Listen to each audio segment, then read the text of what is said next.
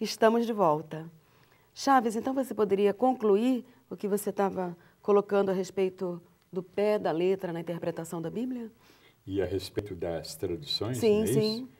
Pois é, eu ia completar dizendo que a Bíblia, infelizmente, no momento atual da história dela, é o livro mais alterado que existe.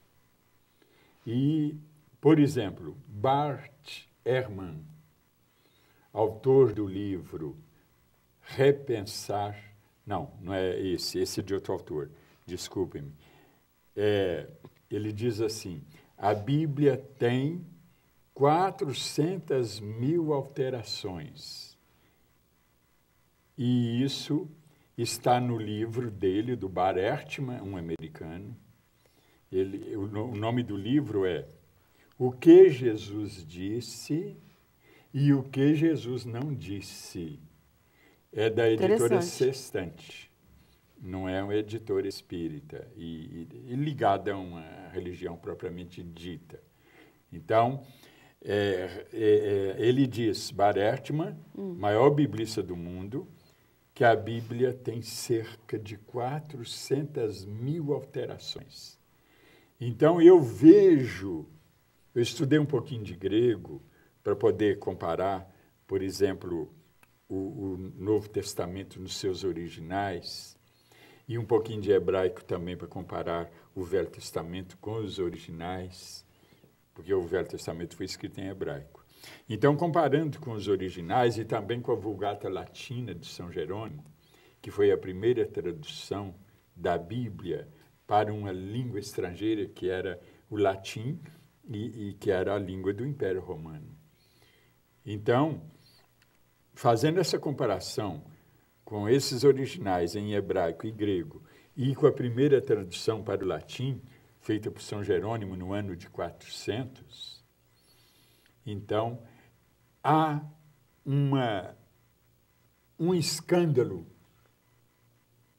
É uma coisa muito séria o que estão fazendo com a Bíblia nas traduções novas, para esconder algumas doutrinas.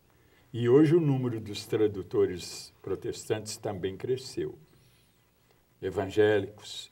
Então, eles também estão mudando. Antes, só a Igreja Católica mudava. Agora, eles também estão mudando. Então, é um escândalo o que está acontecendo com a Bíblia. E como dizer, literalmente, que a Bíblia é a palavra de Deus? Ainda. E eu diria, a Bíblia não é a palavra de Deus. A Bíblia contém a palavra de Deus para nós, uma mensagem do mundo espiritual para nós. Mas não que tudo nela seja de Deus, mesmo porque ela tem erros e nós não podemos atribuir erros a Deus. Uhum, exatamente. É meio complicado, porque existe realmente várias traduções, depende da religião que estuda, depende de quem eles estão pegando a tradução. Então, o que a gente poderia dizer para essas pessoas que ouviram isso e que podem ficar em dúvida? Ué, o que eu faço então? Como é que está a situação atual em relação ao acreditar no que está escrito? Porque antes, Celina, de existir a imprensa criada por Gutenberg, a Bíblia era copiada à mão. O indivíduo, às vezes, gastava um ano inteiro trabalhando, né, copiando uma Bíblia.